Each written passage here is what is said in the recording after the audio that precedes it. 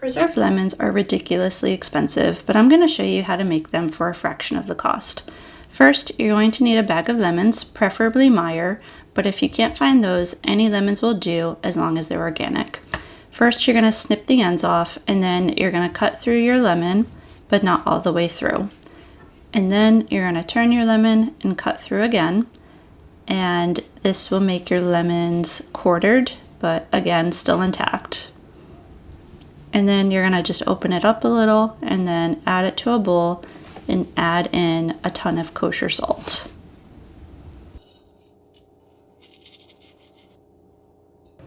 Add your lemons to a salt-lined jar, and after each lemon you place in the jar, add in a little bit of salt.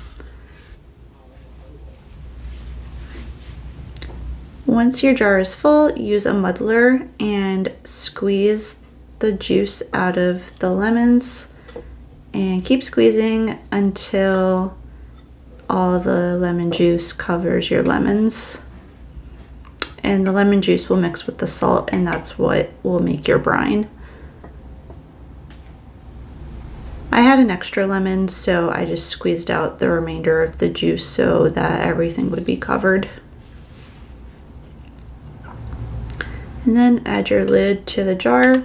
And then very importantly, anytime you ferment something, make sure you create a label.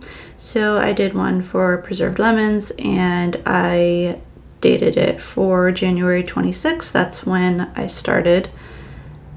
And then once that's done, just place the label on your jar, and you can let this sit on your counter.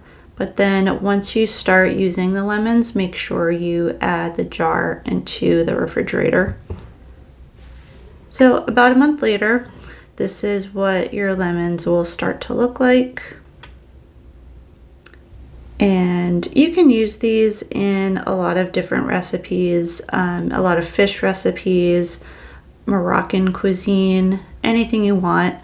What I'm doing here is cutting down the lemon and chopping it really fine because I'm going to use it as a garnish for some hummus that I made.